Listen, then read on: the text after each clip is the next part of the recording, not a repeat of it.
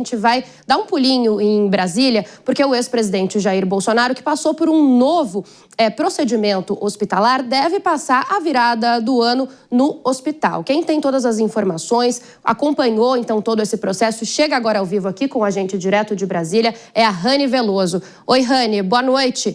Conta pra gente o que tem de atualização, saiu um novo boletim sobre esse caso? Boa noite, Beatriz Manfredini, a você e a todos que nos acompanham ao vivo, direto de Brasília. Estamos aqui ainda na frente do Hospital DF Star, onde o ex-presidente Jair Bolsonaro permanece internado e, por enquanto, sem previsão de alta. A expectativa é que ele pode ter uma alta na próxima quinta-feira, no dia 1º, mas pode também ser no dia 2, na próxima sexta-feira. O fato é que ele realizou a terceira cirurgia em menos de uma semana.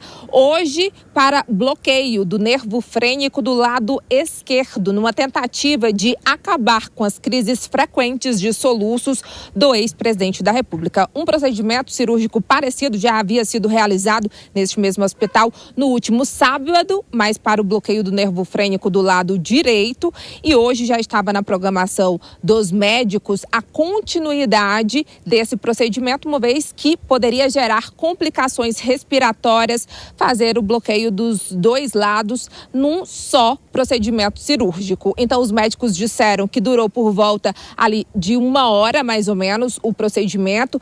Também eles esperaram o ex-presidente, depois da cirurgia, por mais 1 hora. Houve ali, durante o procedimento cirúrgico, uma certa complicação na questão da pressão arterial do presidente.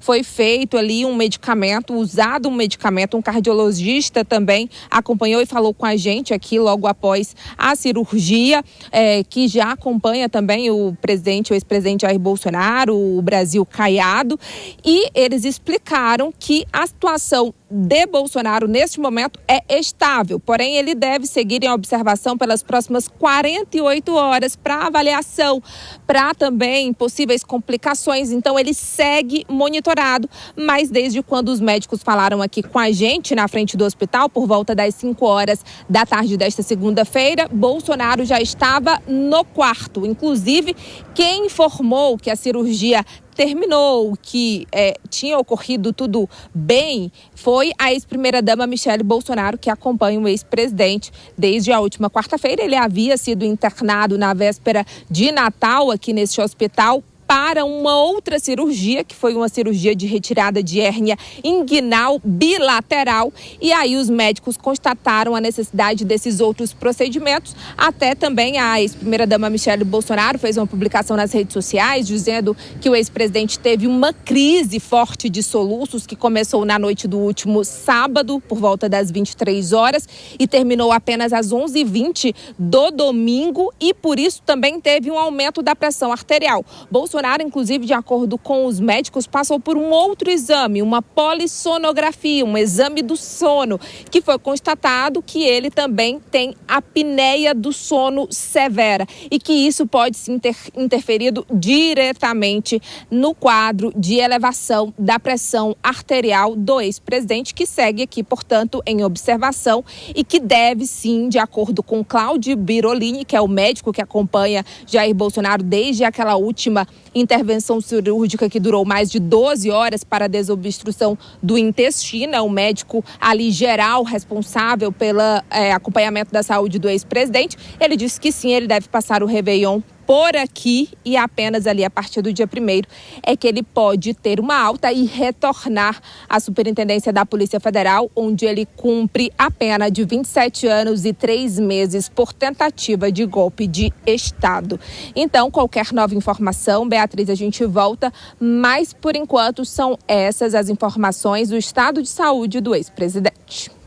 Tá bom, Rani, a gente tá por aqui esperando, então qualquer novidade é só chamar a Rani, que segue então na porta do hospital em que o ex-presidente Jair Bolsonaro está internado e passou aí por pelo menos 2 procedimentos cirúrgicos nos últimos dias. Volto a chamar a Dora Kramer para a gente conversar sobre isso. Dora, será que esses procedimentos, eles ajudam na narrativa de que o ex-presidente tem idade avançada, uma saúde delicada e podem ajudar a tentar uma prisão domiciliar, como alguns aliados vêm tentando, inclusive Tarcísio aqui em São Paulo, com os ministros do Supremo Tribunal Federal?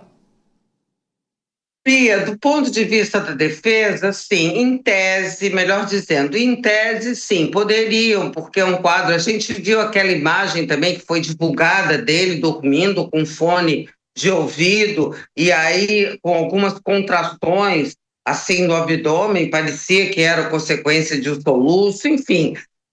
Agora, vai depender de, por exemplo, da opinião dos médicos, que até agora a gente viu nas entrevistas dos médicos, nada é dito sobre a conveniência ou não, ou a impropriedade deles ter cuidado depois, aonde ele está nas dependências. Vale dizer que o ex-presidente Jair Bolsonaro não está num presídio. Todo mundo sabe, mas vamos repisar, porque parece que ele está num presídio, numa cela. Não, ele está numa dependência específica, num quarto, e que tem, por ordem do Supremo Tribunal Federal, acompanhamento médico sem precisar de autorização, full time, o tempo todo. Mas depois que ele passar por esses procedimentos, claro que vai haver uma avaliação médica, e aí essa avaliação médica, claro que será submetida ao crivo, principalmente do relator, que é o ministro Alexandre de Moraes. Agora,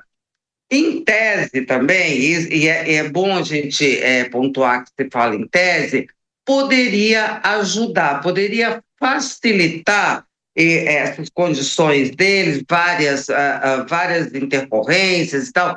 O problema é que o episódio da tornozeleira e também algumas atitudes anteriores do ex-presidente e essas fugas no entorno da turma dele, que junto com ele também foram implicados em todas essas questões relativas a tentativas de golpe de Estado, isso não ajuda. A questão da tornozeleira é crucial para dificultar o estado geral do cumprimento da pena dele, porque isso não facilita que se tenha, por exemplo, uma boa vontade. Então, vai precisar a decisão do ministro Alexandre de Moraes de conceder a